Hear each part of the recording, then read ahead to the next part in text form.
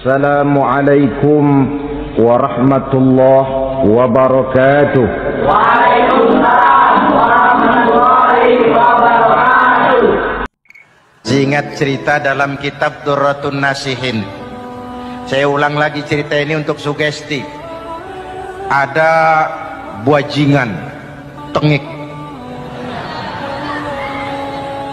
pernah membunuh 99 orang. Satu saat hidayah datang kepadanya, terniat ingin bertaubat. Dicarinya seorang ustadz, ketemu ustadz kepala ngajar. Ustadz, ya, apa? Saya mau taubat, diterima apa tidak taubat saya? Emangnya dosa kamu apa? Saya pernah membunuh 99 orang, Ustadz. Ustadznya melotot. Wih, banyak amat. Nggak segampang itu nyawa hak prerogatif Allah. Cuma Allah yang berhak ngambil. Membunuh tanpa alasan yang benar, dosa besar. Dosamu kelewat banyak, Mas. Nggak bisa. Dia vonis lebih dulu kayak surga milik bapak moyangnya. Ini preman kita pikir ini ustadz saya niat baik-baik kok ngomongnya nggak enak. Nah, daripada 99 tanggung, saya lempengin aja nih urusan dah. Dibabat lagi ustadz, tamat, selesai, pas, cepet. Niat taubatnya masih terus. Dia mengembara sampai ketemu seorang ustadz yang bijak. Waalaikumsalam Ustadz. Salam. Ada apa? Ustadz, saya mau taubat, diterima apa enggak sih? Oh, sebelum mentari terbit dari sebelah barat, sebelum nafasmu sampai di tenggorokan, Allah akan menerima taubatmu. Boleh jadi dosamu besar, tapi ampunan Allah lebih besar dari dosamu. Begitu Ustaz. Iya. Cuman ngomong-ngomong dosamu apa sih? Ustaz, saya sih tadinya cuma bunuh 99 orang. Terus ada Ustaz ngomongnya nggak enak, jadi saya cukupin 100. Oh, taubatmu diterima asal benar-benar. Cuma begini saja, kampungmu kampung brengsek tuh, lingkunganmu nggak sehat. Kalau kau pulang ke sana lagi, niat taubatmu bisa lentur dan luntur. Kamu pindah saja, hijrah ke kampung lain yang lebih baik. Baik Ustadz, terima kasih. Wah, ngepak koper, pindah. Belum sampai ke kampung yang dituju, ajal datang merenggut nyawa. Ketika ruh keluar dari jasad, ini malaikat rahmah dengan malaikat azab rebutan. Kata malaikat rahmah, ini jatah saya. Orang ini sudah taubat, tempatnya di surga. Kata malaikat azab, nanti dulu. Taubat sih taubat, 100 bagaimana urusannya? Bertengkar. Akhirnya Allah mengutus malaikat Jibril, kau adili. Kata Jibril, ukur sajalah mana yang lebih dekat, kampung yang dituju atau kampung yang ditinggalkan. Ketika diukur, kampung yang dituju lebih dekat dari kampung yang ditinggalkan. Kata Jibril, dia jatah malaikat rahmah, taubatnya diterima Allah. Nah, kalau mendengar riwayat seperti ini, jangan diartikan bahwa untuk taubat mesti membunuh 100 orang. Ini harus diartikan bagaimanapun besar dosa dan kesalahan yang kita lakukan, jangan putus asa dari rahmat Allah. Sebaliknya, bagaimanapun banyak kebaikan yang kita kerjakan, jangan puas hati dan sombong diri. Kita belum tahu akhir perjalanan hidup ini. Kita hanya berbuat dan berbuat. Kepastian itu haknya Allah. Ada yang masuk neraka karena menyiksa kucing. Ada yang masuk surga walaupun sudah membunuh 100 orang.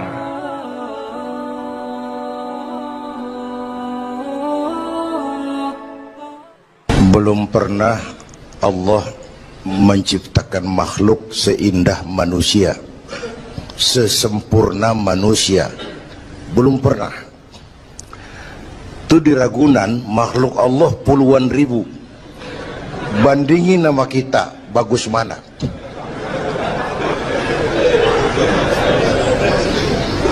Ada makhluk Tuhan tuh yang disebut malaikat, diciptakan dari cahaya, imaterial, dan karena itu tidak perlu material. Malaikat diberikan akal tapi tidak diberikan nafsu. Kalau malaikat selalu benar, nggak istimewa. Kalau malaikat nggak pernah salah, wajar. Nggak ada yang bikin mereka salah.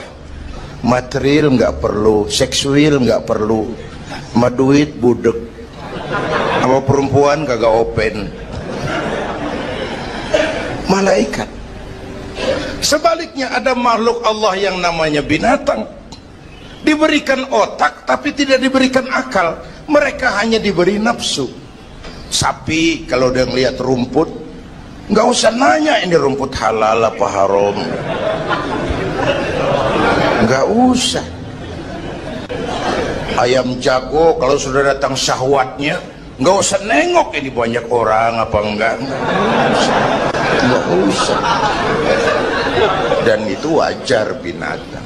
Nah yang ketiga kita manusia, makhluk paling komplek, diberi akal, diberi nafsu. Tiap hari sejak bangun tidur sampai tidur kembali terjadi pergolakan perjuangan antara bisikan akal dan nafsu. Kadang akal menang, kita naik jadi malaikat, cuman potongannya manusia. Kadang nafsu menang, kita turun lebih kayak binatang, bahkan lebih rendah daripada binatang, lebih buas daripada binatang. Buas-buasnya sapi, makanannya cuma rumput. Manusia kalau sudah buas itu aspal, kabel telepon, minumnya solar,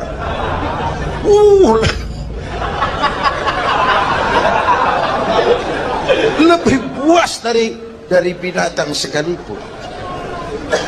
Agar akal bisa mengendalikan nafsu, Allah menurunkan agama, bukan menghilangkan, mengendalikan, mengatur. Manusia tanpa nafsu bukan manusia. Manusia nafsu melulu, kebo.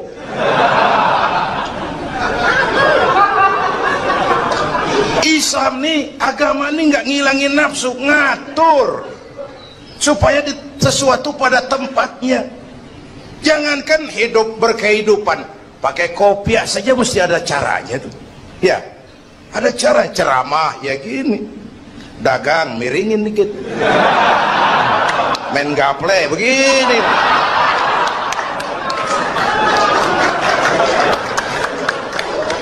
Mau pakai kopiah aja ada cara aja tuh. Mengendalikan nafsu itu ditempatkan pada tempatnya, bukan menghilangkan nafsu. Laki-laki perlu perempuan, perempuan perlu laki-laki, itu nafsu. Islam ngatur lewat pintu yang disebut nikah. Maka dalam Islam jangankan orang biasa, kiainya boleh kawin. Bener, saya kalau kiai nggak boleh kawin saya pilih mundur. Berat, rontok rambut.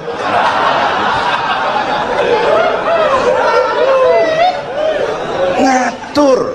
Saudara-saudara hadirin yang saya hormati, jadi ternyata di sini bukan perjalanan terakhir. Bahkan ini harus jadi titik awal ke depan, menata hari esok yang lebih pasti dan lebih baik. Pertama, jangan pernah terniat kita akan kembali ke sini lagi. Jangan pernah terniat bahwa kita optimis, itu harus. Bahwa kita semua punya salah, itu pasti. Nih, saya nih, Zainuddin nih, kalau mengharap masuk surga pakai amal yang saya kerjakan sendiri, roman-romannya tipis harapan. Bener. Sholat saya berapa banyak saya tahu, sedekah saya berapa duit saya tahu, sholat saya berapa banyak saya tahu. Terus saya baca sejarah, Nabi Adam dosanya atu, makan buah khuldi. Nabi Adam dosanya atu, dikeluarin dari surga. Kita dosa banyak, pengen masuk, kan kagak nyambung nih, nggak nyetlek. Untung Allah itu bukan Tuhan pendendam. Allah itu ramah dan penuh rahmah. Manusia, dosamu banyak, coba kau lihat rahmatku jauh lebih banyak. Manusia, dosamu besar, lihat ampunanku jauh lebih besar. Kau nangis di hadapanku, aku senyum melihatmu. Kau berjalan menujuku, aku lari menyambutmu. Sini manusia, sini. Itu yang bikin kita optimis. Allah ramah dan penuh rahmah. Tuhan kita bukan Tuhan pendendam. Jangankan kita nih yang ada dalam Duratan Riyadhus Shalihin itu kan riwayat lama. Ada mbahnya bajingan, tengik lagi. Ini pernah membunuh 99 manusia, 99 orang dibunuh. Bayangin, satu hari datang hidayah, ada keinginan taubat kembali. Berangkat dia cari ustadz mau menyatakan taubat. Yang ditemuin ustadz belum tapi mateng, masih mengkel. Assalamualaikum ustadz. Salam. Kenapa ustadz, saya mau nanya apa, saya mau taubat, bisa nggak sih? Emang dosa ente apa? Saya pernah bunuh 99 orang ustadz. Oh, ente kelewatan amat. 99 mau gedean itu, susah taubatnya, susah. Enak aja 99 dibunuh, kurang ajar ente. Oh, niat namanya bajingan digituin, naik darahnya. Sialan nih ustadz nih. Orang mau taubat kok ngomongnya nggak enak. Gue pikir daripada 99 dengan gue lempengin nih. Akhlakul karimah itu kriterianya itu langsung dari Allah. Jadi bukan manusia yang menentukan sesuatu itu baik, benar, salah. Itu hak prerogatif Allah. Nah, akhlak ini lebih lengkap, lebih sempurna daripada daripada adat misalnya. Anak muda yang lewat di depan orang tua membungkukkan badan, itu dianggap sudah cukup beradat, tapi belum tentu berakhlak. Niatnya apa dia bungkukin badan? Ngelihat kaki-kaki udah bongkok. Tergantung niatnya itu. Secara adat dia sudah beradat, tapi belum tentu berakhlak. Bergantung motivasinya.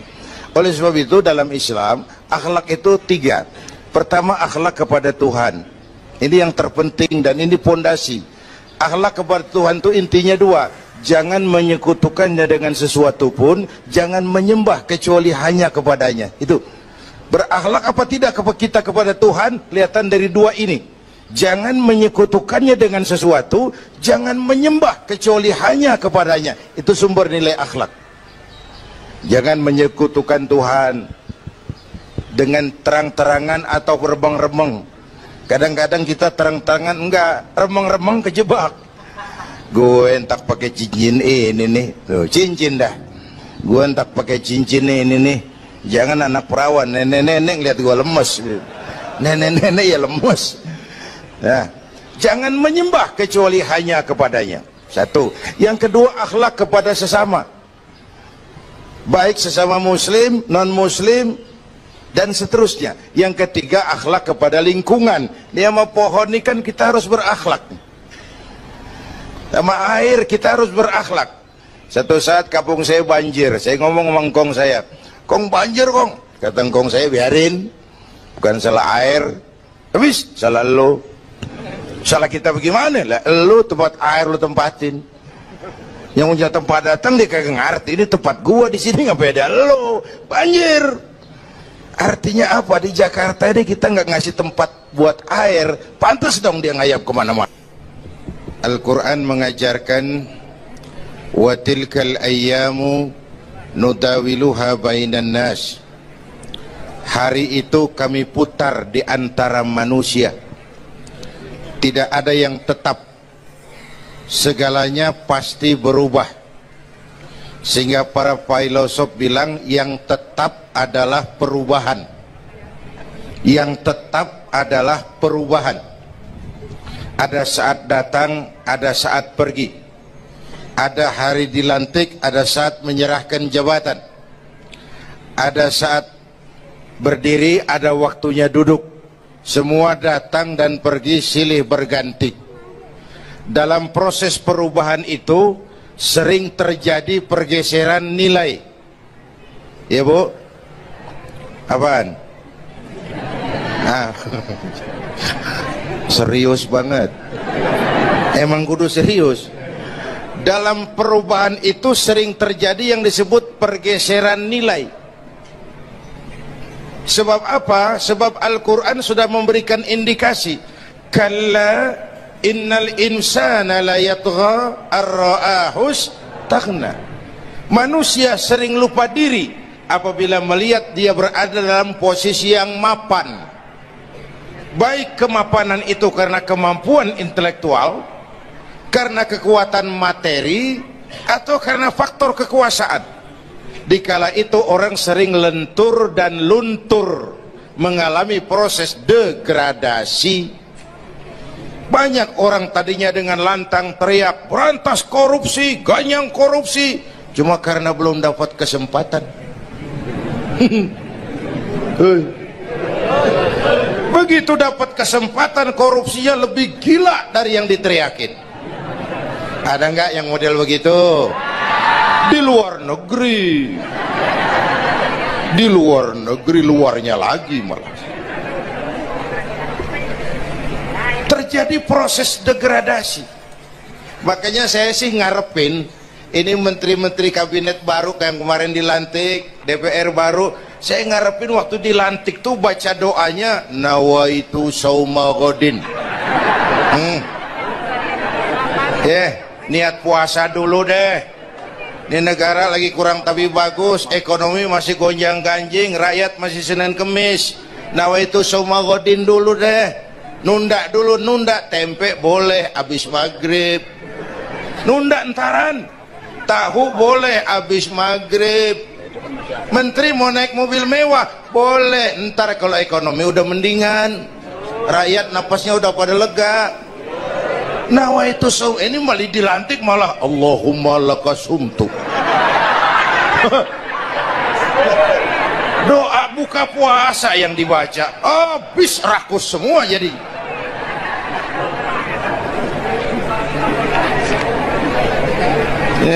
Dengerin ngikutin senturi ya. Ban bingung kita. Siapa yang nanggung jawab ini? Yang jawab banyak banget, yang nanggung kagak ada. Bener nih. Yang jawab semua jawab pakai jurus bekelit. Yang nanggung kagak ada. Nih ujung-ujungannya saya khawatir kayak lagu Bengawan Solo. Akhirnya ke laut. Kalau udah ke laut udah kagak ada yang ngurusin, udah ribet urusan.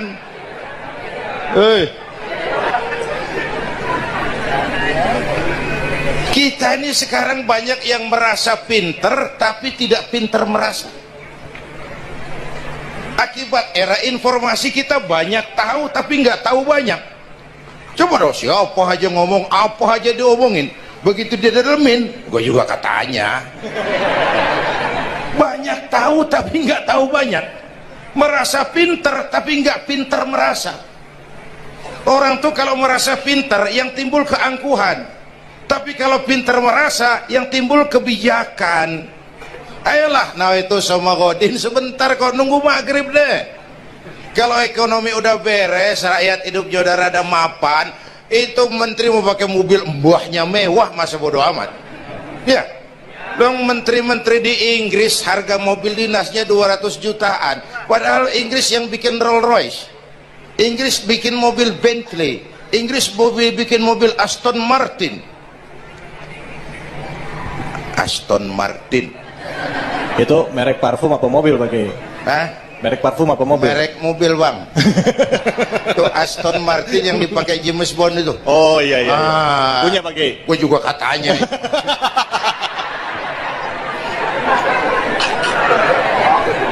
Lah, mobil menterinya harga 200 jutaan.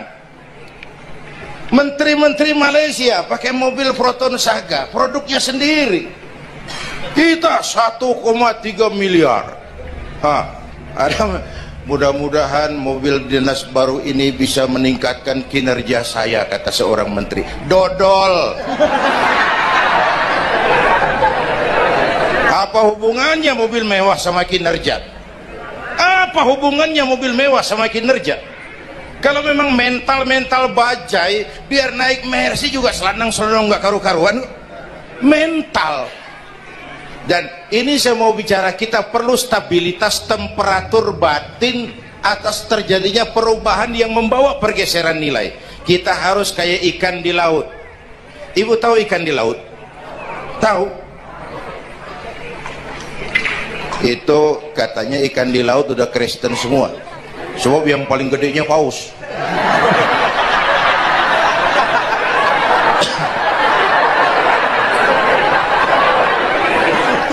Menghadapi arus perubahan kita itu harus seperti ikan di laut, kata saya tadi. Ikan di laut biar 3 tahun berendam di air asin, nggak ikut jadi asin tuh ya. Kenapa? Karena dia hidup. Ikan yang hidup 3 tahun berendam di air asin nggak ikut asin. Tapi begitu dia mati, ikan mati mah bagaimana keadaan? Digaremin asin, diasemin asin. Ikan mati. Orang yang jauh dari agama, jiwanya mati. Kalau jiwanya mati, gampang diasem garemin lingkungan. Dekat sama ustadz, kalem kayak ustadz. Dekat sama tukang mabok, teler aja lagi. Gue sih bagaimana yang nyamper aja gue mah. Gampang diasem garemin lingkungan. Tapi orang yang jiwanya hidup, silakan buka tempat pelacuran di samping rumah saya, pantang saya ikut.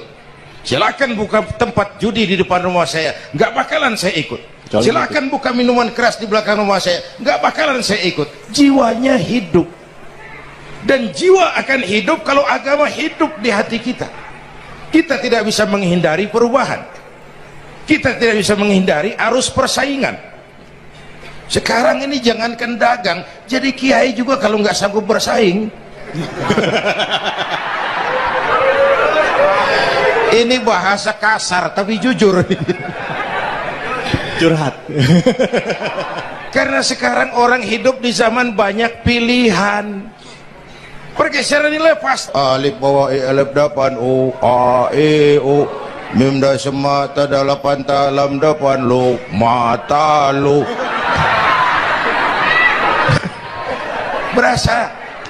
Nah, begitu masuk listrik, rumah pada terang, terjadi pergeseran nilai. Apa yang kita lihat? Televisi main gede-gedean. Ya, ya. Ngaku lu, ngaku.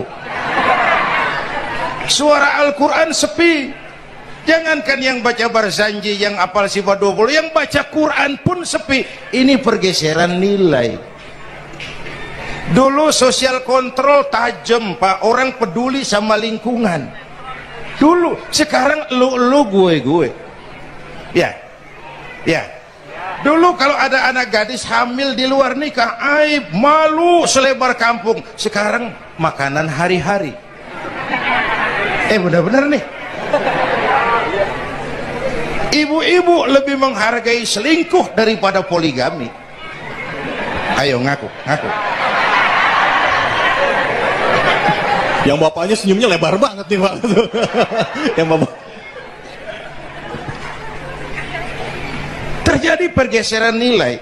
Nah, kita ingin pergeseran nilai itu yang positif, bukan yang negatif.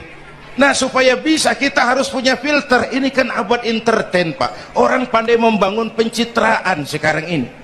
Karena rakyat kita, umat kita ini kan sekarang kayak daun kering, Pak. Gampang dikumpulin, susah diikat. Berisik, gampang dibakar. Cepat heran, gampang kagum. Masyarakat mall. Nih ibu-ibu nih, coba asal ada mall baru, rame-rame aja berangkat. Belah sono buka, rame-rame aja ke sono. Kagak belanja. Numpang heran doang. Ke sono heran, kemari kagum.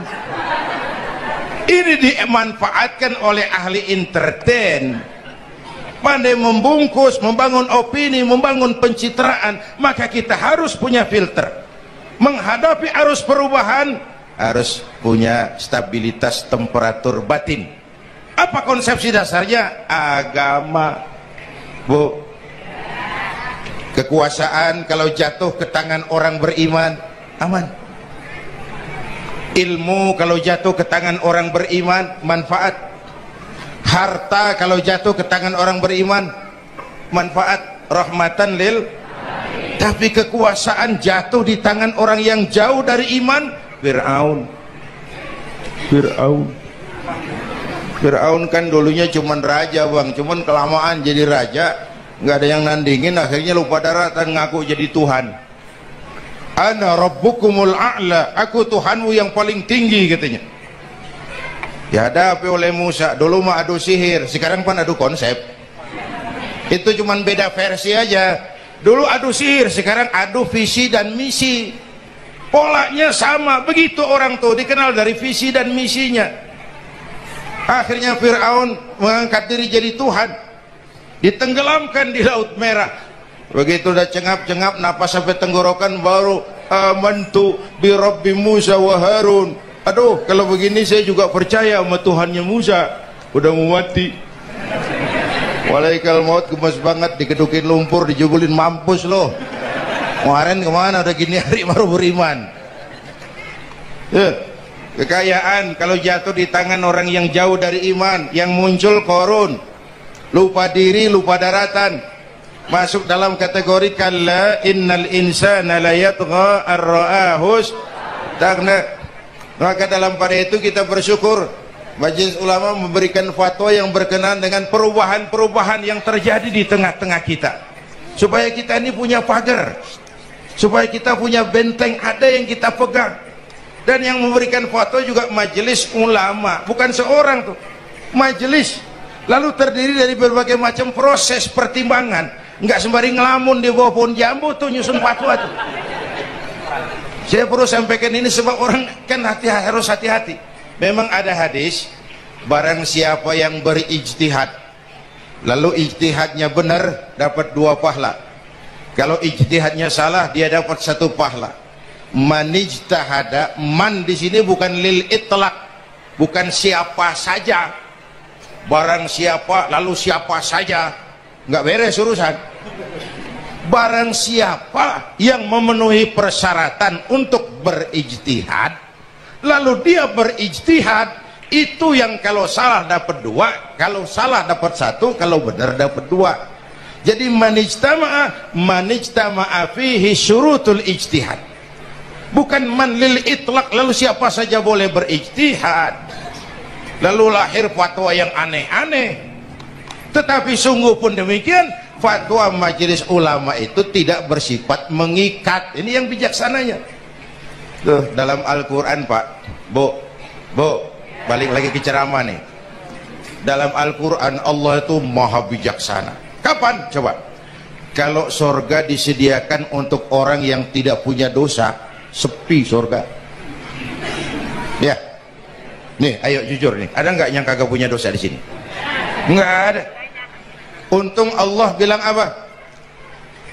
Wa amma man sakulat mawazinuhu fahuwa fi 'ishatir radiyah. Orang yang timbangan kebaikannya lebih berat dari timbangan La ilaha illallah, bahwa tidak ada Tuhan yang perlu disembah selain daripada Allah Subhanahu wa ta'ala. Ini hakikatnya merupakan inti daripada ajaran rasul-rasul terdahulu. Kenapa?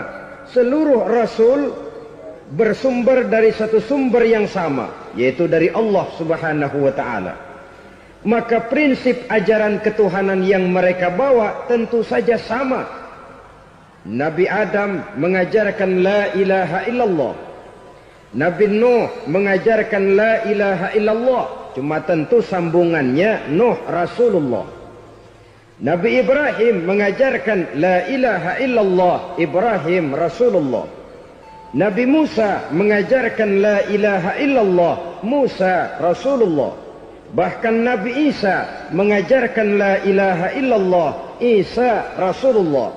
Dan Nabi Muhammad mengajarkan la ilaha illallah, Muhammadur Rasulullah.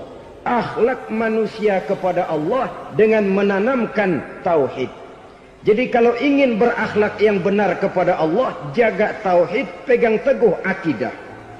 Saudara-saudara kaum muslimin rahimakumullah.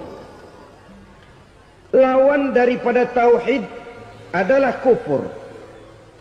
Kufur bisa dua. Bisa kufur iman, bisa kufur nikmat. Kufur itu sifatnya, kafir itu orangnya. Ada orang kufur iman, dan ini merusak akhlak kepada Allah Subhanahu wa ta'ala. Kufur iman itu kadang-kadang bentuknya syirik, orangnya disebut musyrik. Kufur iman itu kadang-kadang bentuknya nifaq, orangnya disebut munafik. Kufur iman itu kadang-kadang bentuknya riddah, orangnya disebut murtad. Ini merupakan jenis daripada kufur-kufur iman dan tergelincirnya manusia daripada akhlak kepada Allah Subhanahu wa ta'ala. Benar, di zaman sekarang kita tidak menyembah berhala. Memang di zaman sekarang kita tidak menyembah patung. Iya, kita tidak berkeyakinan Tuhan lebih dari satu. Tapi kadang-kadang akhlak kita kepada Allah sering lentur dan luntur, sering bergoyang dan tergoncang, sering kena erosi dan polusi. Bahwa kita tidak menyembah Latta, Uzza, Manat dan Hubal seperti masyarakat jahiliyah dahulu, memang.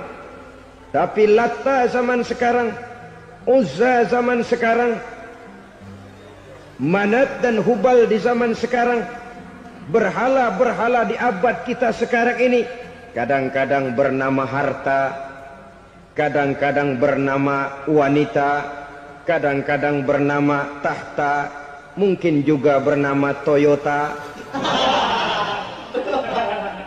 Sesuatu yang lebih kita agungkan daripada Allah, menjelmalah dia menjadi berhala-berhala di zaman kita sekarang ini. Manakala kita di kantor sudah lebih takut kepada kepala bagian kita daripada kepada Allah, maka Tuhan kita barangkali adalah kepala bagian kita. Manakala kita sudah lebih takut kepada manusia daripada kepada Allah, bergeserlah akhlak kita kepada Allah, mengagungkan manusia dan menomorduakan Allah. Maka di zaman sekarang akhlak kita kepada Allah sering kena erosi, sering kena polusi. Mungkin karena sulitnya lapangan kerja, tingginya tensi ekonomi, persaingan hidup yang makin tajam, sulitnya mencari lapangan kerja, orang kadang-kadang nekat, sedikit pertimbangan, picik pandangan, mudah melakukan potong kompas, sehingga terjadilah perbuatan-perbuatan yang memelencengkan akhlak kita kepada Allah Subhanahu wa ta'ala. Kadang-kadang terjebak mempercayai selain daripada Allah. Kadang-kadang terjebak di dalam mengagungkan yang selain daripada Allah lebih dari yang seharusnya. Terkenalah akhlak kita kepada Allah jaringan-jaringan erosi dan polusi. Kufur sebagai lawanan daripada tauhid merupakan sifat daripada orang yang tidak berakhlak kepada Allah. Bentuknya pertama bisa syirik. Syirik itu artinya meyakini ada Tuhan lain selain daripada Allah. Itu yang namanya syirik. Jadi percaya Tuhan ada, cuman Tuhannya kelebihan. Itu yang disebut syirik, dan itu merupakan cerminan dari akhlak yang rusak kepada Allah Subhanahu wa ta'ala.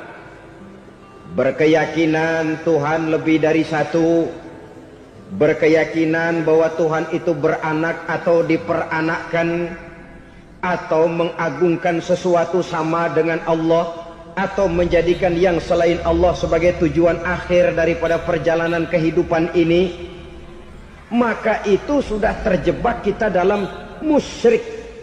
Dan syirik satu dosa yang tidak berampun. Bahasa kasarnya, yang namanya syirik itu jenis bapak moyangnya dosa. Saudara-saudara, sebab itu saya pesan, kalau memang terpaksa, biasanya yang tinggal di kota-kota besar itu kalau tidak kepengen dosa kan susah. Kalau terpaksa harus bikin dosa, cari yang kecil-kecil saja, yang kira-kira taubatnya gampang. Umpamanya pulang sholat Jumat nukar sendal, umpama, yaitu jelas dosa. Tapi dosa yang taubatnya agak mudah. Jangan sampai terjebak ke dalam syirik, menyekutukan Allah. Kalau sudah menyekutukan Allah, Allah dimadu, murka benar Allah kepada kita. Innallaha la yaghfiru ayyushraka bih wa yaghfiru ma duna dzalika liman yasha. Allah tidak akan memberi ampun kepada orang yang menyekutukannya dengan sesuatu, tapi Allah mau mengampunkan dosa yang selain itu bagi orang yang dikehendakinya. Jadi orang-orang yang sudah terjebak syirik, menyekutukan Allah, meyakini ada Tuhan lain selain daripada Allah, meyakini Tuhan beranak atau diperanakkan, bagaimanapun baiknya mereka di dunia, bagaimanapun sosial jiwanya, bagaimanapun pemurah tangannya memberikan santunan dan pertolongan kepada orang lain, kalau sudah syirik, seluruh nilai kebaikannya akan tidak ada gunanya lagi. Karena tidak ada tempat nilai kebaikan itu bergantung. Sedangkan kita berbuat baik agar diterima oleh Allah. Kalau Allahnya marah kepada kita, siapa yang akan menerima nilai kebaikan itu sendiri? Ini bentuk yang pertama. Yang nyata-nyata menyembah berhala, syirik. Yang nyata-nyata beriktikad Tuhan lebih dari satu, syirik. Atau yang tersamar.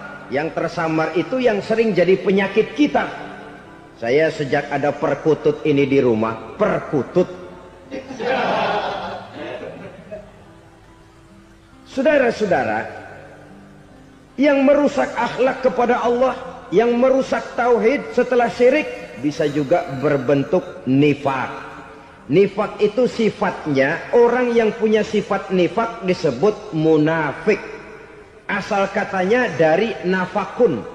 Nafakun itu satu lubang yang punya dua muka, seperti goa, ada tempat masuk, ada tempat keluar. Maka munafik orang yang punya dua muka. Kalau bahasa kita, pandai bermain minyak di atas air. Manis jika berhadapan, balik belakang lain bicara. Sehingga apa yang dinamakan nifak, kata Imam Ali Al-Jurjani dalam kitab ta'rifatnya, izharul imanu bil lisan wa kitmanul kufri bil qalbi. Menyatakan, menampakkan iman dengan lidahnya, tapi menyembunyikan kekafiran dalam hatinya. Dengan kata lain, lidahnya mah iman, hatinya mah kafir. Padahal hati itu yang dilihat, padahal hati itu yang dinilai. Kenapa lidahnya mengaku iman? Ya mungkin karena kepepet, mungkin karena kepentingan, mungkin karena ingin mencari kelemahan orang, lalu dia pura-pura beriman. Tapi sesungguhnya hatinya kufur. Ini merupakan penyakit munafik. Dan terus terang, menghadapi orang munafik jauh lebih berat daripada menghadapi orang kafir. Kenapa? Munafik ini kan musuh dalam selimut. Mau dibilang musuh nyata-nyata, apalagi di zaman Rasul ya, ketika periode Madinah, berat sekali menghadapi orang munafik. Mau dibilang kafir, kalau ketemu assalamualaikumnya medok juga. Mau dibilang mukmin, di belakang ngegerundel, nyari-nyari penyakit, nyari-nyari lantaran, mencari-cari gara-gara. Kalau kafir jelas kafirnya, kalau musyrik jelas musyriknya. Tapi munafik, di depan kita dia mengaku beriman, di belakang kita dia caci maki kita. Maka demikian rupa watak orang munafik, Allah benci betul. Sampai dalam Quran orang munafik itu divonis innal munafiqin fid darkil asfal minan nar. Orang-orang munafik di dasar jurang neraka yang paling bawah, keraknya neraka. Saudara-saudara kaum muslimin rahimakumullah, sebab munafik sangat berbahaya, membahayakan umat, membahayakan agama. Di depan kita mereka ngaku pura-pura beriman, kalau pidato luar biasa, memuji agama setinggi langit, menampakkan seolah-olah dia orang yang dekat dengan agama.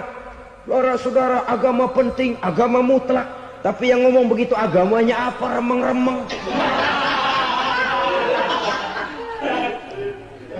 Cuma sekedar lipstick, cuma sekedar dekorasi, cuma sekedar kamuflase, buat ngibuli orang lain. Dia mengaku beragama, mengatakan agama mutlak, menganggap agama penting, seolah-olah memperhatikan benar tentang tatanan kehidupan beragama, tapi sebenarnya di hatinya tidak lebih berkecamuk penyakit-penyakit kufur. Maka sifat munafik ini termasuk menodai tauhid, artinya merusak akhlak kita kepada Allah Subhanahu wa ta'ala. Sifat yang ketiga yang juga merusak akhlak kita kepada Allah dinamakan riddah. Riddah itu sifatnya, orang yang punya sifat riddah disebut murtad. Murtad keluar dari Islam. Keluar dari Islam tentu tadinya di dalam Islam. Oleh satu perbuatan dia bisa menjadi murtad. Misalnya tadinya dia iman benar kepada Allah, tapi melarat. Kadang-kadang sehari masak, 3 hari libur. Akhirnya oleh kesulitan ekonomi dia tidak kuat. Ada yang menawarkan kebaikan, dibawain supermi, dibawain obat-obatan, diberikan beras. Goyah imannya. Keluar dia dari Islam, ikut agama orang yang memberikan pertolongan kepadanya, memilih kesenangan sebentar dengan mengorbankan kebahagiaan yang kekal.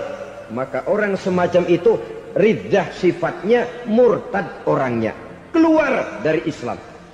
Dan yang menyebabkan kita murtad bukan cuma orang nyata-nyata memproklamirkan diri keluar dari Islam tapi lalu mengikuti agama orang lain. Bukan cuma itu, mengakui ada Rasul lagi sesudah Nabi Muhammad bisa menyebabkan kita murtad. Mengingkari nikmat Allah bisa menyebabkan kita murtad. Meyakini semua agama benar bisa menyebabkan orang menjadi murtad. Meragukan kesempurnaan dan kelengkapan Al-Quran bisa menyebabkan orang jadi murtad. Mengingkari sunnah bisa menyebabkan orang menjadi murtad. Banyak hal-hal yang bisa mendatangkan penyakit riddah dan membuat pelakunya menjadi murtad. Dan ini menodai akhlak kita kepada Allah Subhanahu wa ta'ala. Itu tadi kufur iman, saudara-saudara. Nyata-nyata mengingkari Allah, baik dalam bentuk syirik, nifak, ataupun riddah. Kufur yang kedua dinamakan kufur nikmat. Apa itu kufur nikmat? Sitru nikmatil mun'im au ya'malu fi mukhalafatil mun'im. Menutup-nutup nikmat Allah, atau melakukan perbuatan yang menentang, bertentangan dengan kehendak yang memberikan nikmat. Jadi kufur nikmat pertama, nutup-nutupin Tuhan. Tuhan jalingin. Duit lu banyak amat, dari mana? Gua kerja. Lalu kerjanya nomor 1. Orang yang berakhlak kepada Allah, dia akan menjawab, kamu uangnya kok banyak, dari mana? Rizki dari Allah. Caranya, saya kerja. Kerja itu cara, rizki itu dari Allah datangnya. Bukankah di zaman sekarang kita sering terpleset? Ini merupakan cerminan dari rapuhnya akhlak kita kepada Allah Subhanahu wa ta'ala. Karena usaha saya memang, karena saya peras keringat banting tulang, tentu. Tapi sadarkah kita bahwa sepanjang yang bisa kita lakukan cuma berusaha, peras keringat banting tulang?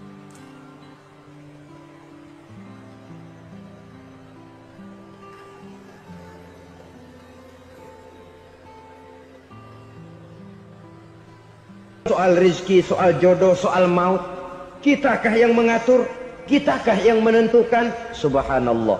Manusia sungguh tidak berdaya menghadapi 3 hal paling pokok ini. Rezeki, kita cuma bekerja. Kitakah yang menentukan? Tidak. Kita berusaha saja rezeki belum pasti dapat.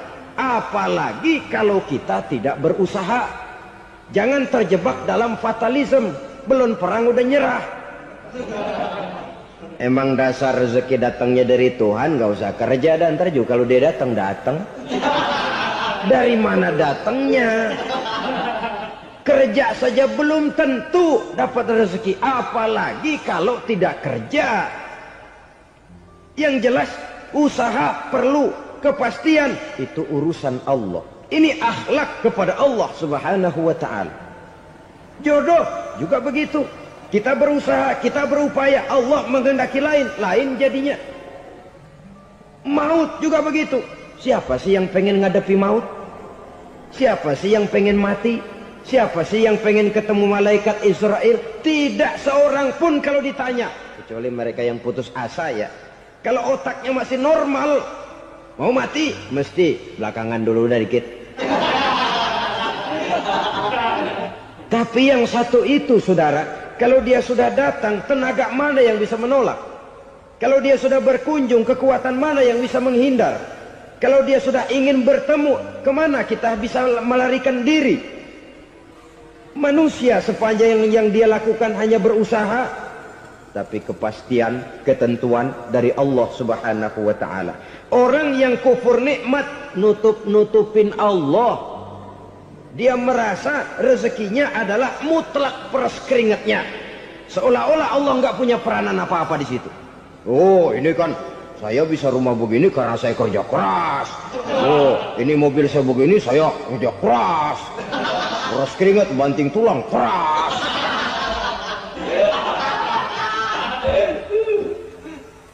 Saudara-saudara kaum muslimin rahimahkumullah. Jadi menutupi Allah. Akibatnya nanti kalau dia berhasil, Allah ketutupan. Kalau dia gagal, orang lain dicaci maki, dicari kambing hitam. Yang kambing hitam kan mahal. Karena orang sering cari-cari kambing hitam. Jarang orang mau jujur kalau bertemu kesulitan lalu mencari sebab pada dirinya sendiri. Yang paling enak ya nyalain orang. Lo begitu. Orang lain yang paling enak kita salahin. Au ya'malu fi mukhalafatil mun'im, atau dia melakukan sesuatu yang tidak sesuai dengan kehendak yang memberikannya nikmat. Diberikan kita tangan, mulut sih nggak berhenti. Terima kasih Tuhan, alhamdulillah saya dikasih tangan. Cuma nih tangan enteng mat nabokin orang mulu. Itu sudah mukhalafatul mun'im, bertentangan dengan kehendak yang memberikan nikmat. Diberikan harta, mulutnya mah basah. Terima kasih Tuhan, alhamdulillah dikasih harta. Tapi pelitnya minta ampun.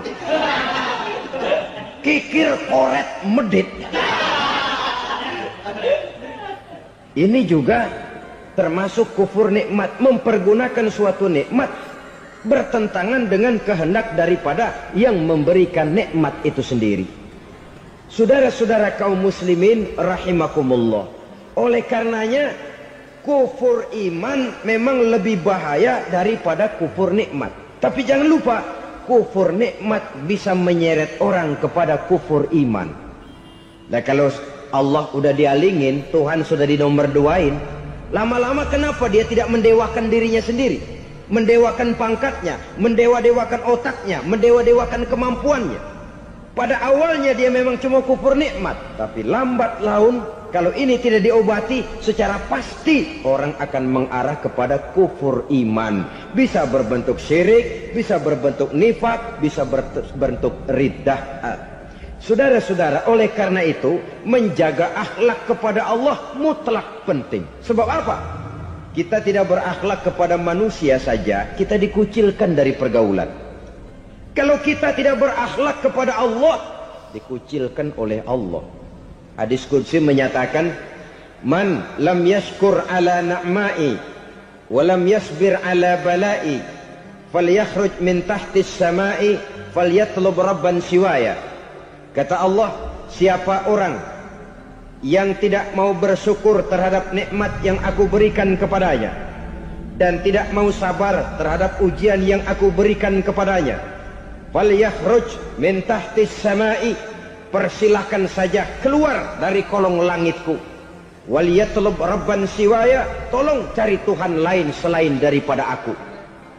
Murka Allah, diusir, cuman gak kedengeran aja. Siapa yang tidak mau syukur terhadap nikmatku, siapa yang tidak mau sabar terhadap ujian yang aku berikan kepadanya, persilakan keluar dari kolong langitku ini, cari Tuhan lain selain aku. Nah, langit Tuhan yang punya, Tuhan kita lawan, diusir dari kolong langit, mau pindah ke kolong mana?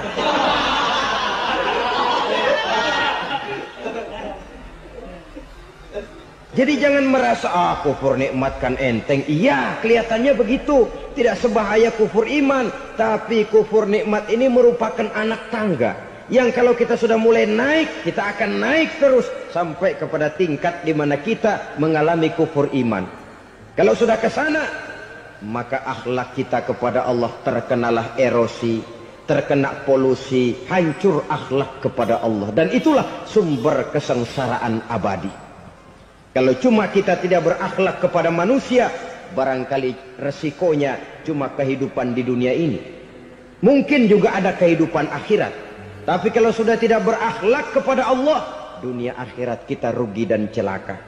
Maka pada kesempatan ini saya mengajak, marilah jaga baik-baik akhlak kita kepada Allah. Satu kali kita bertauhid, sampai mati kita bertauhid.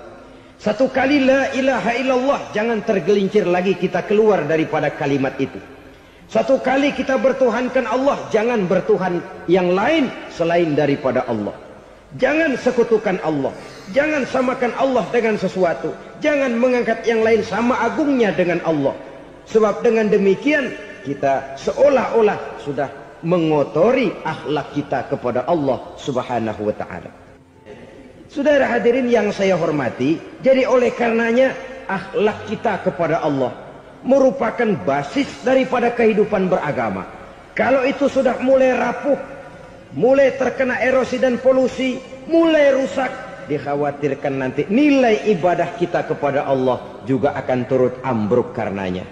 Saudara-saudara kaum muslimin rahimakumullah, tugas yang kedua, memperbaiki akhlak manusia kepada sesama manusia. Kita tahu Islam sesuai dengan namanya adalah agama damai. Maka akhlak manusia kepada sesama manusia menempati porsi yang penting dalam kehidupan beragama. Bagaimana seorang muslim bergaul, bertata krama terhadap sesama manusia. Mari kita lihat lebih jauh persoalannya. Untuk memudahkan pembicaraan dari kacamata agama, kita kelompokkan saja manusia itu dalam dua. Pertama yang seiman dan yang kedua yang tidak seiman. Yang tidak seiman itu kita sebut saja kufur atau kafir. Nah, kepada yang kafir pun kita diajarkan untuk berakhlak. Apalagi kepada yang memang nyata-nyata seiman, sekeyakinan, seakidah. Kemanapun Islam datang, ke negara manapun ia masuk, ia tidak menaburkan kerusakan. Jadi tidak benar kalau orang pernah itu menggambarkan, saking sentimennya seorang orientalis pernah menggambarkan Nabi Muhammad di tangan kirinya Quran, di tangan kanannya pedang. Menggambarkan seolah-olah Islam dikembangkan dengan kekerasan. Sebenarnya tidak sama sekali. Kalaupun dalam sejarah perkembangan Islam pernah terjadi perang, maka perang dalam Islam sesungguhnya apabila kita amati sejarahnya bukan untuk memaksakan agama. Karena memang agama tidak bisa dipaksakan. Tetapi justru untuk mempertahankan agama dari segala macam hambatan, rintangan, hinaan dan fitnahan.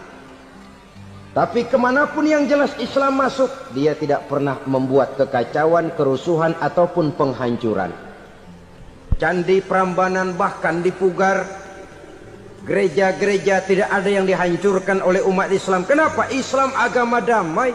Soal agama, soal lakum dinukum waliyadin. La ikraha fid din, qad tabayyana ar-rusdu minal ghayy. Tidak ada paksaan dalam beragama, sebab nyata yang benar dengan yang tidak benar. Belum pernah ada orang kafir masuk ke perkampungan orang Islam lalu dikejar-kejar, diteriakin kafir, kafir, sunatin.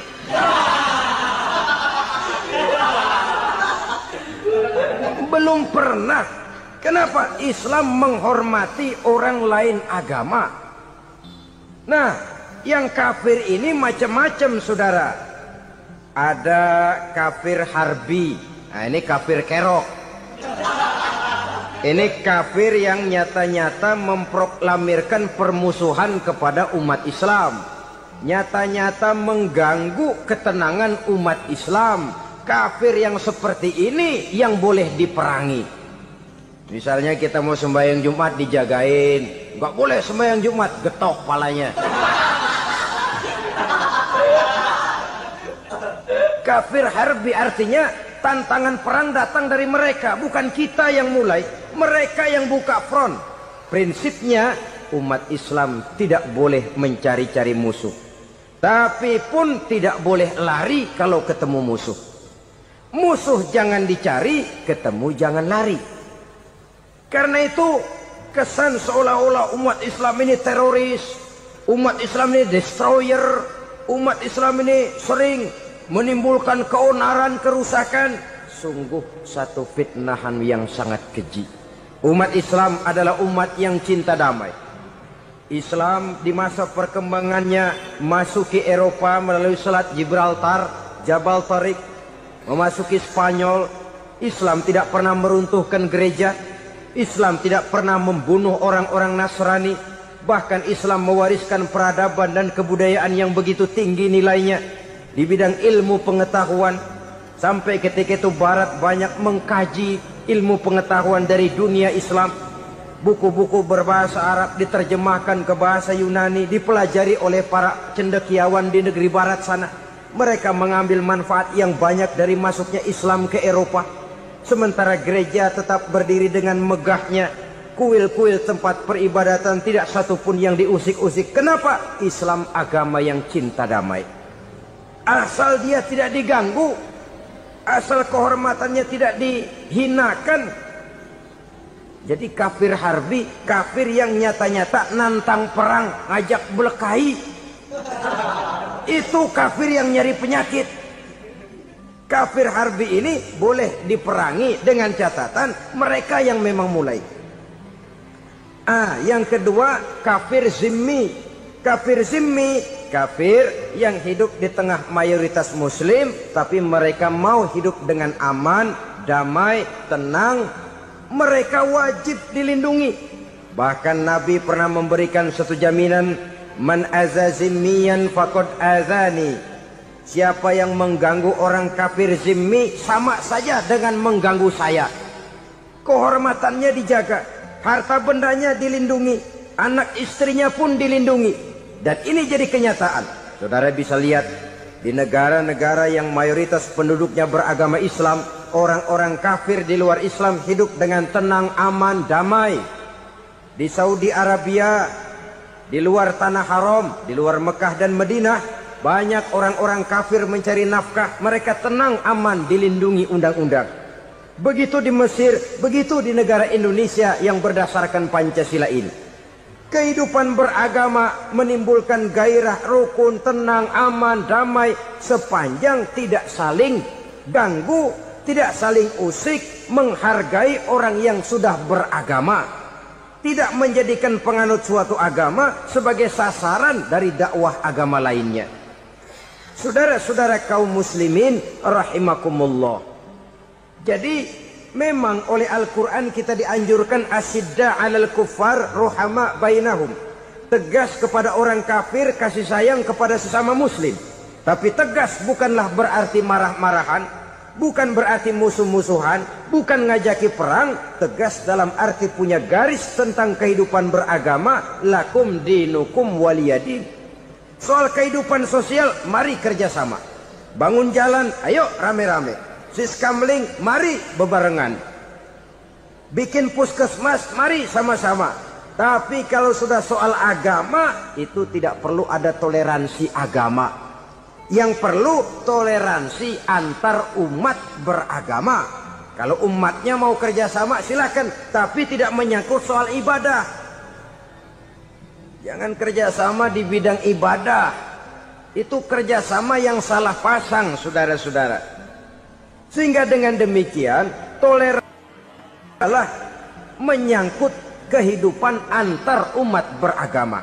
Sedangkan agama sendiri punya coupling yang nyata. Sehingga dengan demikian tegas kepada orang kafir dalam arti kita punya satu kepribadian.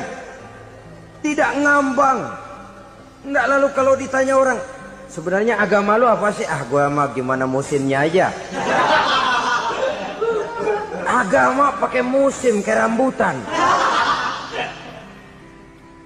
Akhirnya ya begitu, musim-musiman. Ke masjid kelihatan, ke gereja hayo, ke candi nongol, ke apa? Bingung malaikat bagaimana nyatetnya nih bocah ini. Di mana aja ada. Kita punya satu kepribadian. Saya muslim dan garis saya ini, lakum dinukum waliyadin. Bagi Tuhan persilakan agama Tuhan, bagi kami agama kami. Kami hormati Tuhan, Tuhan hormat kepada kami. Tapi soal agama, couplingnya jelas. Kerjasama, mari urusan muamalah, bidang sosial. Yuk kita sistemling sama-sama dengan orang lain agama. Mari jaga kerukunan, kesatuan, persatuan, kekompakan. Perbaiki jalan yang rusak, mari sama-sama. Mendandani jembatan yang runtuh, mari sama-sama. Tapi sembahyang, couplingnya lain-lain.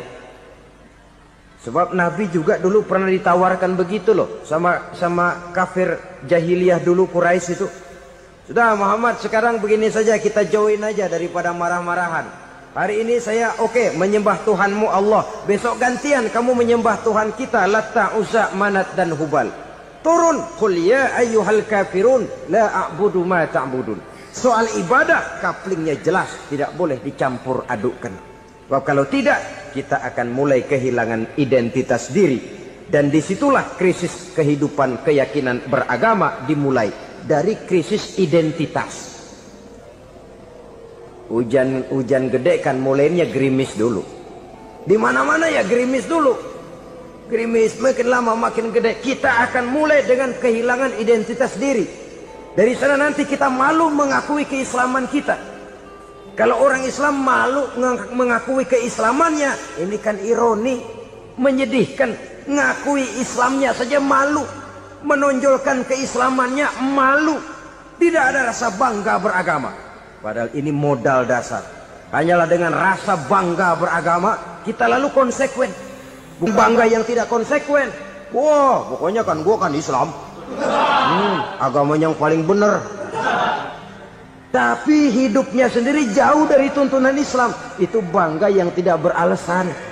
Bangga yang tidak perlu dibanggakan sebenarnya. Kebanggaan yang membuat kita konsekuen dan dekat dengan kehidupan beragama. Jadi dengan demikian saudara-saudara, kepada non-muslim kita juga harus berakhlak. Bukankah ini sudah dicontohkan oleh Rasul? Bagaimana beliau disambiti orang di Taif, yang menyambiti malah didoakan. Bagaimana Suraqah mau membunuh beliau, malah Suraqah didoakan. Bagaimana Abu Jahal dan Abu Lahab saking mangkalnya. Ini Abu Jahal pernah gali lubang di kamarnya sendiri, di depan tempat tidurnya.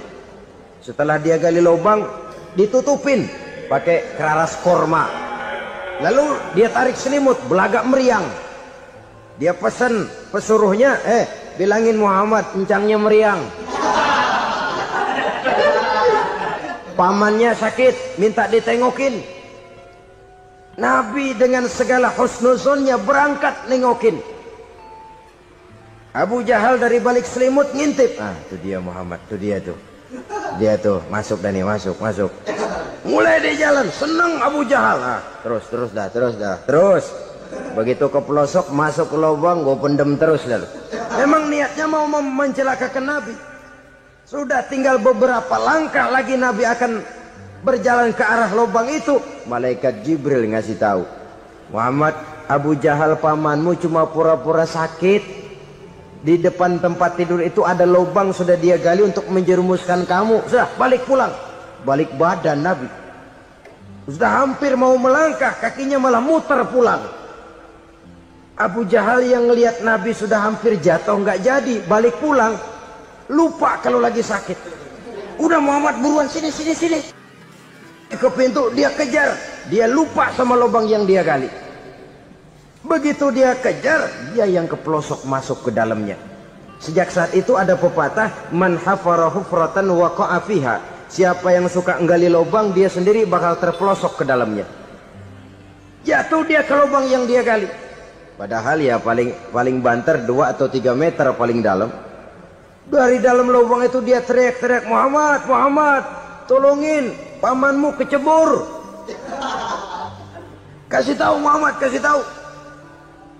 Datang lagi lah pesuruhnya, Muhammad, pamanmu Abu Jahal kecebur, minta tolong diangkatin. Sudah diulur tambang, habis sambung lagi, nggak bisa sampai. Masa iya, cuma kamu yang bisa nolong. Apa yang dilakukan Nabi? Balik mau nolongin. Akhlak. Kita kalau ada orang gali lubang buat nyeburin kita, dia sendiri yang kecebur. Gorok gua kagak lemin loh. Mati sekalian dah. Nabi mah enggak, balik nolongin tuh Abu Jahal. Kenapa paman kecebur? Iya Muhammad, tolong, tambang udah diulur-ulur, sambung-sambung nggak sampai. Aduh kasihan paman nih, pegang tangan saya. Nabi cuma ulurin tangan, nyampe dipegang oleh Abu Jahal. Diangkat ke atas, nyampe atas, apa kata Abu Jahal? Tambang bergulung-gulung nggak nyampe, kamu cuma pakai tangan doang kok bisa Muhammad, hebat banget sihirmu. Mukjizat dia bilang sihir, udah ditolongin nyelak lagi, kan yang enak kita injak palanya.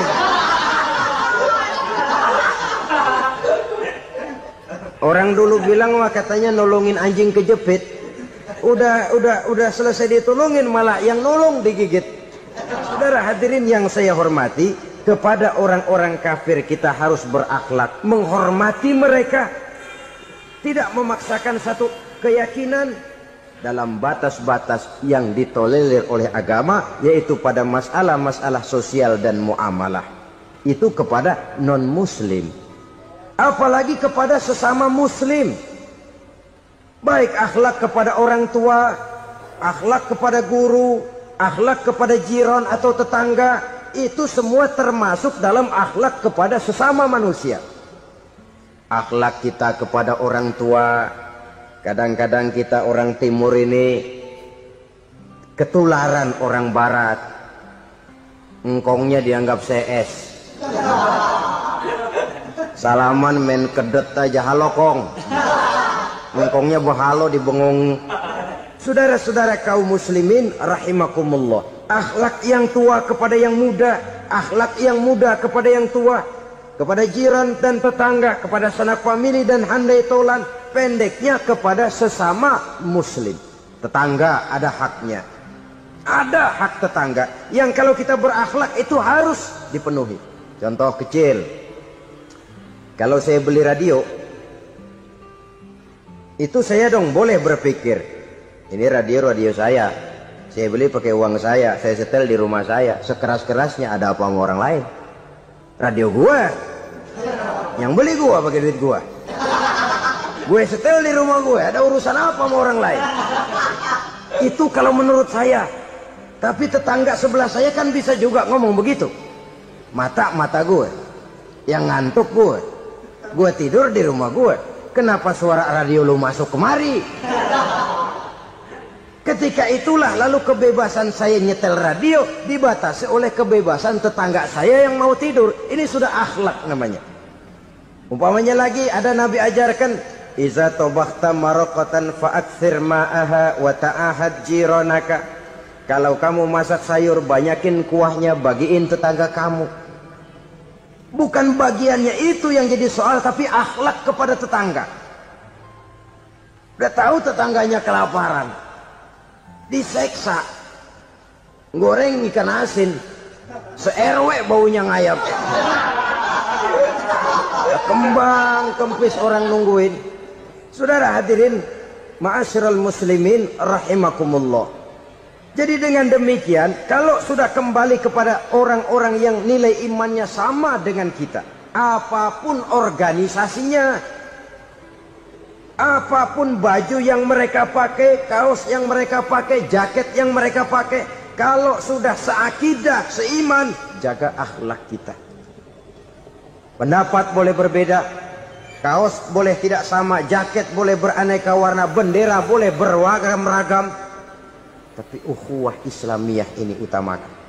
Adalah lebih baik mencari persamaan dalam kehidupan dan bukan memperbesar perbedaan. Hanyalah dengan mengembangkan nilai-nilai akhlak semacam ini, toleransi tidak hanya diperlukan kepada yang non-muslim, kepada sesama muslim pun toleransi. Artinya apa?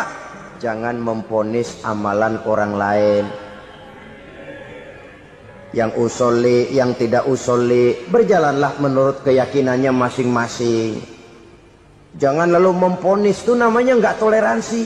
Kamu nggak pakai usoli ya? Enggak. Brengsek. Kamu pakai usoli ya? Iya. Bid'ah. Lah dua-duanya kagak yang bener. Kalau yang sembahyang kagak bener, bagaimana yang kagak sembahyang? Apa itu yang bener? Toleransi, setuju dengan perbedaan pendapat, jangan memponis amalan orang lain. Karena kita hanya beramal, hak menerima adalah Allah Subhanahu wa ta'ala. Jangan sebentar-bentar mencap bid'ah, dolalah, finnar, neraka. Kayaknya neraka kapling orang tuanya kali. Gampang bener masukin orang ke neraka. Kita kadang-kadang bisa toleransi dengan orang luar, tapi kepada sesama muslim toleransi tidak sanggup kita adakan. Mengklaim merasa kita yang benar, orang lain salah semua, itu tidak toleransi namanya. Mentang-mentang jadi ustadz, nih satu-satunya ustadz di sini ya, semuanya mesti ngaji kemari.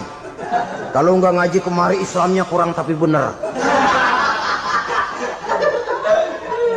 Toleransi. Saudara-saudara kaum muslimin rahimakumullah, lapang dada menghargai orang yang berbeda pendapat, apalagi kalau perbedaan pendapat itu menyangkut hal-hal yang tidak prinsipil, menyangkut hal-hal yang sekunder dalam kehidupan beragama, menyangkut masalah-masalah yang dalam bahasa fikih disebut soal-soal furu'iyah. Tidak usah menyebabkan kita bersih tegang. Kepala sama hitam pendapat boleh berbeda dan halal. Bahkan Nabi mengatakan ikhtilafu ummati rahmatun. Perbedaan pendapat di kalangan umatku bahkan menjadi rahmah, sepanjang perbedaan pendapat itu diiringi dengan rasa toleransi. Tapi kalau sudah main baku hantam, main klaim, memponis orang lain, akhirnya timbullah keretakan. Jangan heran kadang-kadang satu masjid dua kelir. Ya soal kelir boleh kelar-kelir, boleh kelar-kelir, tapi kalau harus terlalu mencolok menyebabkan timbulnya keretakan, saya kira yang akan turun bukan lagi rahmah tapi bala. Bala akan menimpa kita, jatuh kita menjadi umat yang lemah. Oleh karena di antara kita sendiri, sesama kita tidak pandai bertoleransi, tidak lapang dada. Ada anak muda kelihatannya mau majuan dikit, yang tua curiga. Nih, kalau dia maju pasaran gua bangkrut dong nih. Lalu ditekan tuh anak ditekan melejit. Kadang-kadang yang tua maksudnya baik, mau memelihara, yang muda salah terima. Kan tua kejemur. Dari dulu sampai sekarang gitu-gitu doang. Anak kemajuannya. Padahal yang tua barangkali maksudnya juga baik, mau memelihara. Sebenarnya kalau kita bisa mencoba mencari titik temu dengan alur komunikasi, tidak merasa diri yang paling benar, tapi toleransi, boyak menerima pendapat orang lain, setidaknya mau mendengar omongan orang. Yang susah kalau udah kena penyakit nggak mau ngerti omongan orang, nggak mau nerima pendapat orang. Kodok di kolong tempayan, cukeng kayu asem, asal ijo udah ijo aja ijo dah. nggak ngerti omongan orang. Yang kayak begini yang orang jadi kesandung. Oleh karena itu saudara-saudara, alangkah nikmatnya kehidupan ini apabila kita menyadari kita ini ummatan wahidah, satu umat yang satu, yang diikat dengan akidah. Kalau kepada yang non muslim saja kita diajarkan untuk berakhlak, apatah lagi kepada yang seiman, seakidah, sekeyakinan. Wajarkah perbedaan pendapat yang kecil-kecil lalu menyebabkan kita bertolak belakang, cerai-berai, centang perenang? Bila bertemu di jalan yang satu menyisih ke kiri, yang lain menyingkir ke kanan. Kalaupun juga bercampur di tengah kumpulan orang banyak, persis air dengan minyak. Yang atu melengos, yang atu madep mojok. Orang lain senyum, dia mau pada manyun. Saudara-saudara kaum muslimin rahimakumullah, realita ini walaupun tidak enak, pahit, tapi masih hidup di sebagian masyarakat kita. Ini yang perlu kita atasi. Soal toleransi kepada orang lain, sejarah sudah membuktikan. Mari kita jangan cuma bisa mengajak orang lain, umat lain untuk bertoleransi dengan kita, tapi kepada sesama kita. Toleransi ini perlu kita tegakkan, perlu kita bina. Terutama di dalam kita menuju bentuk ideal daripada konsep ukhuwah Islamiyah ini, yang memang selalu kita akan cari bentuk-bentuk idealnya sejalan dengan perkembangan situasi dan kondisi yang dihadapi oleh umat. Perbedaan organisasi, perbedaan kepentingan organisasi tidak seharusnya menyebabkan kita merasa meremehkan orang lain dan mengangkat diri, mengklaim diri sebagai yang ter. Jadi dengan demikian, apabila yang pertama tadi akhlak kepada Allah dinamakan hablum minallah, maka yang kedua ini merupakan hablum minan nas. Jikalau baik akhlak kita kepada Allah, baik akhlak kita kepada manusia, nikmat rasanya menjalani kehidupan. Kadang-kadang orang akhlaknya kepada manusia baik, tapi kepada Allah tidak baik. Hormat sama yang tua, menyayangi yang muda, sama tetangga rukun, tapi sama Tuhan nggak mau sujud. Ini baik kepada manusia, tapi tidak berakhlak kepada Allah. Atau sebaliknya, sujudnya sama Allah mah tekun, bener, khusyuk, bahasanya juga fasih, luar biasa. Tapi sama manusia sombong, takabur, ujub, merasanya dia doang yang paling benar.